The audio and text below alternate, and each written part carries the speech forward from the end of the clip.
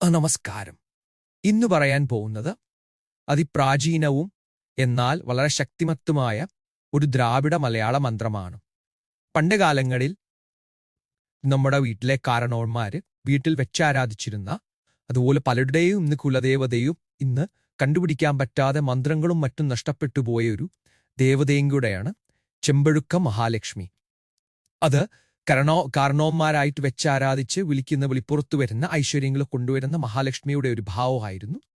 പല വാണിജ്യങ്ങളും ഒക്കെ നടക്കുന്ന സമയത്ത് അതുപോലെ വീട്ടിൽ വരുന്ന ആളുകൾക്ക് അവർക്ക് ഒരു വശ്യം സാധീകരിച്ചു കൊടുക്കാനും അതും മറ്റു വാണിജ്യ ലാഭങ്ങൾക്കുമായിട്ട് ഈ മന്ത്രം ഉപയോഗിച്ചിരുന്നു.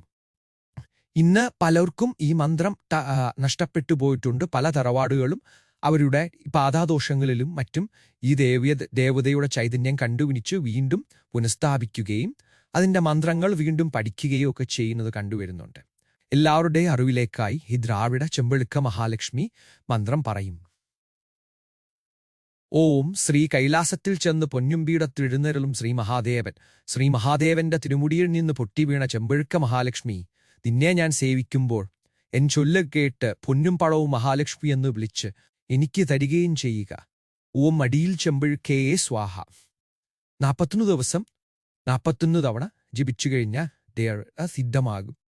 സിദ്ധമായി കഴിഞ്ഞാൽ സർവ്വ ഐശ്വര്യങ്ങളും നമ്മൾ വിചാരിക്കാതെ തന്നെ വന്നു ചേരുകയും ചെയ്യും. നമസ്കാരം.